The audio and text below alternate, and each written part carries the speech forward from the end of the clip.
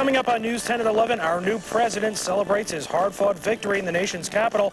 While some Americans aren't celebrating, they're protesting. Snow finally works its way into our region. I'll have the details coming up. Stay with us. News 10 at 11 is next. From WTEN Albany, the news team that's leading the way in local news coverage, on air and online. This is News 10 at 11. And I thank Vice President Gore for a contest conducted with spirit and ended with grace. America's new president, George W. Bush, acknowledges the difficult road he took to the White House. Good evening, everyone. I'm Walt McClure. Steve Amauryen has the night off. That road, along which what may be the closest and most controversial American election ever was played out, ended on the steps of the U.S. Capitol at noon today.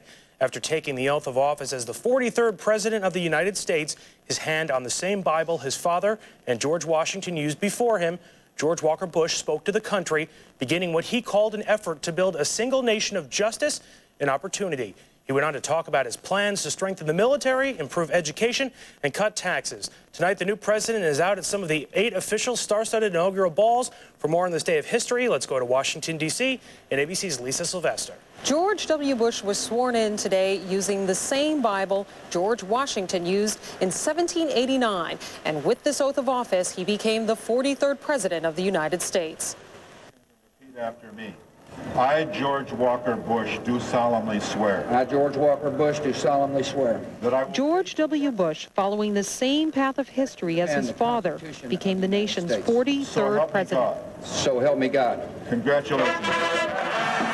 Flanked by his family, tears welled up in his eyes. The president made a special appeal to Americans to heal their differences, regardless of race, gender, or income. I ask you to seek a common good beyond your comfort, to defend needed reforms against easy attacks, to serve your nation, beginning with your neighbor.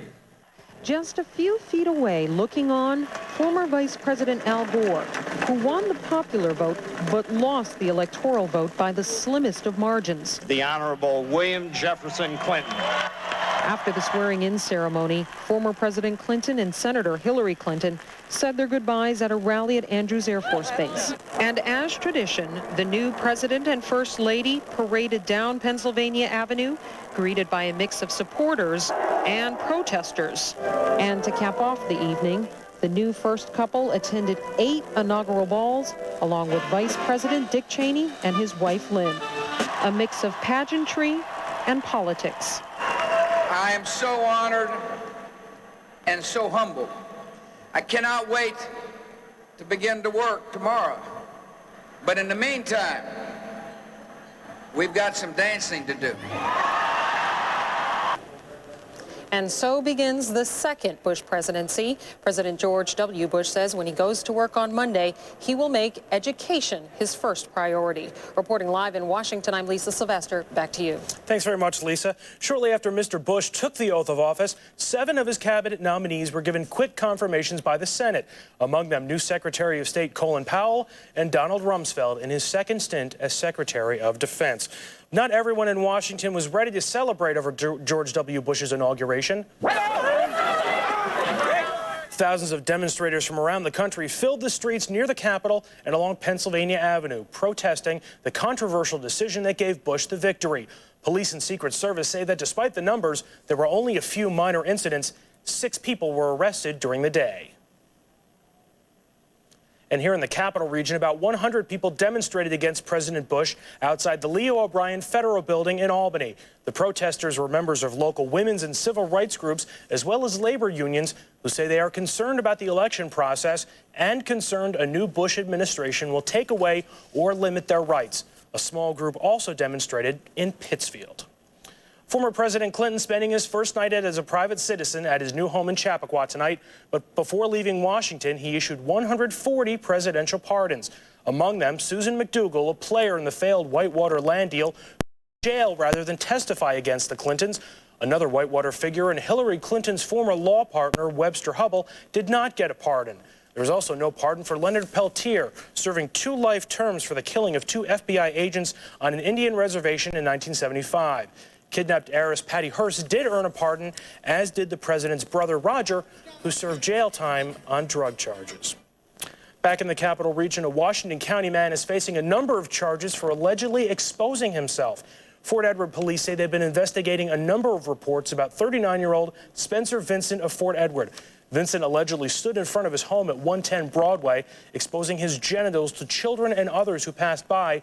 Vincent is being held in the Washington County Jail. And a pair of South Glens Falls men are home safe tonight after falling into the frigid waters of Lake George this morning.